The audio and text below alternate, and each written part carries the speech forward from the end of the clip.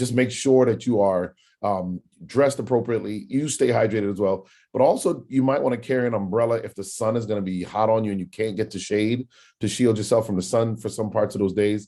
Obviously, you want to use the appropriate sunblock and sunscreens. And when you start to feel bad, you need to get out of the heat and into the shade, better yet, into an air-conditioned space. Obviously, you got to take some breaks. I mean, you can't stand out there in the sun for 2 to 3 hours. You kind of want to plan that. If you're in a group, you can have someone save your space and you guys rotate out to get some breaks from the heat so that you don't go down the path of heat exhaustion. It's always good to apply before you get out into the sun. So that's the first application. But, depending on who you talk to and the brand, 2 to 3 hours later, you should be reassessing if you need to reapply. And so, as a safe rule, a couple hours is probably safe to reapply the sunscreen. Once you get out of the sun and you get into the cool, taking cool baths, bring your skin temperature down is actually something that can be helpful. Washing off the sunscreen you had on if you're going to be inside, kind of allowing your skin to breathe. If you think you've burned, some people like to put natural things like aloe on the burns and so forth.